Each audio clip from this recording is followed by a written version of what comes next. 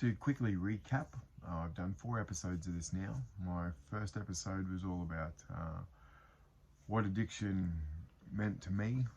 Gabor Mate starred in that episode with his description of addiction. It really resonates with me. So I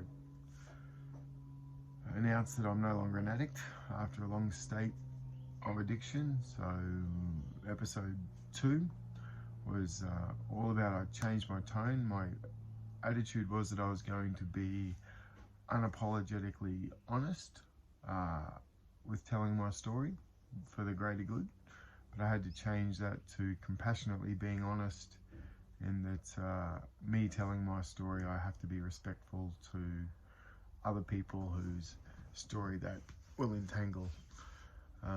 Episode 3 was all about the start of my mindset change to where I could analyze my life to where it entered an addiction stage and why it stayed there. And episode 4 was all about honouring my parents and my family, because they are going to get mentioned as in upcoming episodes as parts of my trauma, but there's I don't want them to be remembered as just the traumatic experiences of my life. They've also provided me a lot of beauty. Some of my most fun nights have been sitting around a poker table with those idiot brothers of mine. Gee, we laugh and laugh and laugh, and if only we had recorded some of those nights. Best-selling comedies they would have been. So I'll share you a story of my trauma that has to do with my mother. Love it a bit, so I must say that, but this did confuse me a lot. So when we were young, Mum would, when she suspected of us of lying, she would say, "Poke out your tongue," and when you poked out your tongue, she would say it's black. And most of the time she got it right. When we were poking out our tongue, normally we were lying, but there were a couple of instances where I wasn't.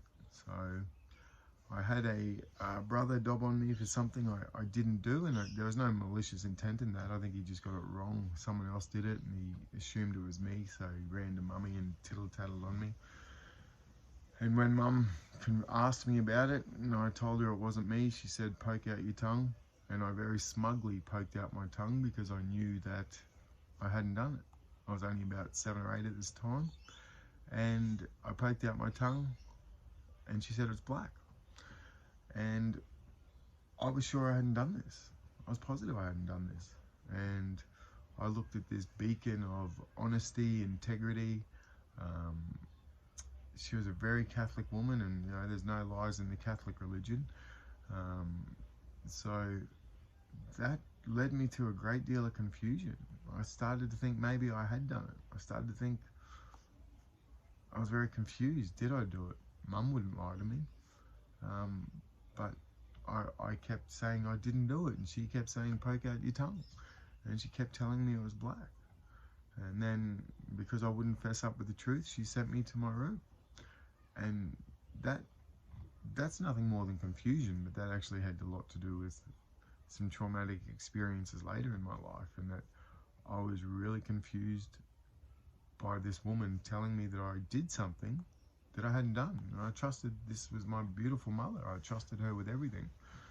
So if I fast forward 25 years later, I'm in a room with 2 girls, and one of them says to me, "Oh, thanks so much for the advice on that movie. I saw it, it's fantastic." And I was like, "Oh, what movie?" And she said, "Oh, the Benedict Cumberbatch one. The name will come to me." But I said, "Oh, no, that wasn't me. I don't think I've seen that movie." And the other girl piped up and said, "Yeah, you did. You have seen it. We went and saw it together." I was like, "No, I don't think I've seen it." And she was like, "Well, we went to the movies. We saw it. We went here. We did this. We did that. And we saw that at the movies." I said, "No, I don't know this movie."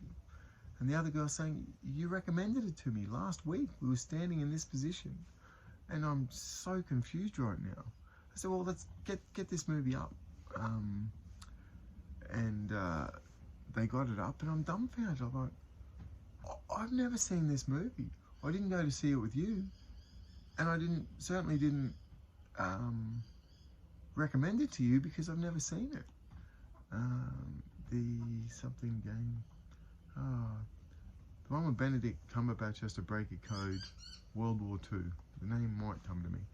But I was so confused. They were adamant. They were looking at each other like, whoa, Noel's fucking losing the plot. He's lost it. Like, so these two people who are really, they were friends. One was a girlfriend, one was a really close friend. They were telling me I'd seen this movie, recommended it to them. And I honestly thought I was going insane because they were adamant. They were absolutely adamant. And we watched the YouTube clip and I'm like, I've never seen this movie. You girls, you've got it wrong. And the sympathy on their face, they looked at me as though I was going mad. And I started to think I was going mad. And I don't think I was in a heavy throw of meth use at the time, but that confusion, I immediately got on the phone to my dealer, bought a heap of meth, and just the next 3 days I did nothing but smoke meth because I needed to get out of the state. Well, I could have chosen another way, I suppose, but the way I was used to getting out of this state of confusion was numb myself through meth use. I could not comprehend that I might be going insane because they were so adamant. And it took me back to this instance with my mother where I was telling the truth and she was telling me I was lying. And these memories are all, I'm relating these things only in the last few months where I've been able to kick addiction. And I've noticed now that confusion in this state, I'll share a few examples of this in other episodes, but this sort of confusion where I'm being accused of lying and I feel as though I'm not, that was a massive, massive trigger to lead me back into an addictive state. And this was one of the worst. This started off a trend of meth use that went for about 3 months and it was incredibly heavy. So it was about a month later. The girl at the time said, hey, I'm really sorry, I got it confused. I actually saw that with my ex-partner. And the girl who said I recommended it to her was like, no, actually Helen recommended it. You recommended a different movie, but it was around the same time, so I just got confused.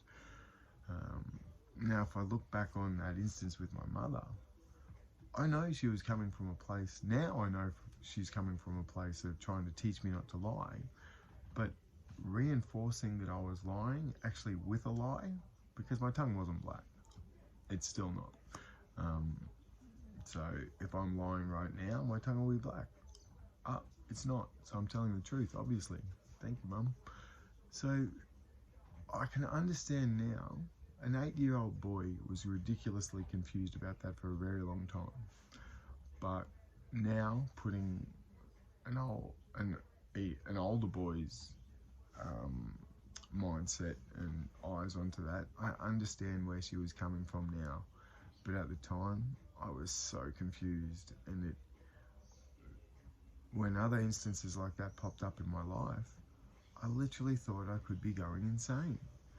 And the way I numbed myself from that was go play poker, go gamble all my money, or fry my brain with meth, because that led me to a numb state where I didn't have to think about the fact that I might be going insane. So that's one small little sample of what trauma is for me. That was no bad beating, that was just a state of confusion that I couldn't really work my way through that state of confusion. So to relieve myself from that confusion, I did an addictive behavior. So that's the start of my analogies of my trauma that have freed me from addiction, now that I can look back on them with a completely different perspective and complete love and honor for my mother. I know she was doing the best she could, and she certainly did better than other people. She did better than other parents. She probably did better than her parents. So, love you, Mum, but that one was a little confusing. Go Queensland.